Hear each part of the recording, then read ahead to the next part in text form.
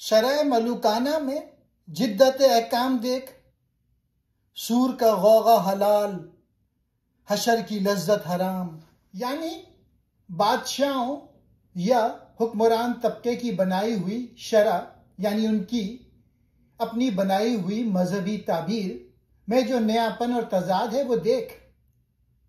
ایسی شریعت میں سور کا شور یعنی دنیاوی جشن و شور، جنگ و طاقت کے مظاہر جائز ہیں، لیکن حشر کی لذت یعنی روحانیت، جواب دہی، آخرت کی یاد وہ حرام ٹھہرا دی گئی ہے۔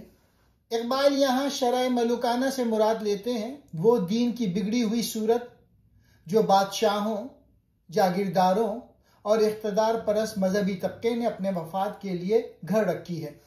ایسی شرح میں دین کا مقصد طاقت و نمود بن گیا ہے، روحانیت اور اصلاح نفس کو نظر انداز کر دیا گیا ہے، اور نعرہ جشن کو عبادت کا متبادل بنا دیا گیا ہے۔ اقبال اس تضاد پر طنز کرتے ہیں۔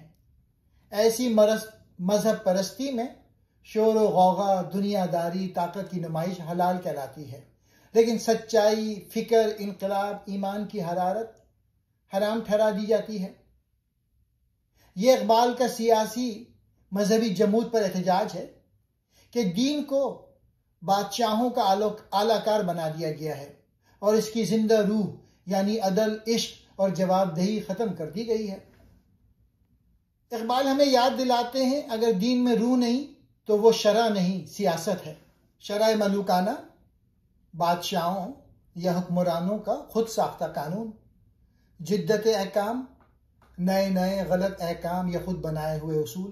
سور کہتے ہیں قیامت کا بغل جو فرشتہ اسرافیل بجائے گا، غوغا کہتے ہیں شور و غوغا، ہنگامہ، حشر قیامت، جواب دہی کا دن، لذت حشر آخرت کا احساس، جواب دہی کا شعور۔ میسج یہی ہے کہ آج کے حکمرانوں کو جنگ، شور اور طاقت کا نشہ تو پسند ہے، مگر جواب دہی، ایمان اور آخرت کا احساس یہ ان کے قانون میں حرام ٹھہرا دیا گیا ہے۔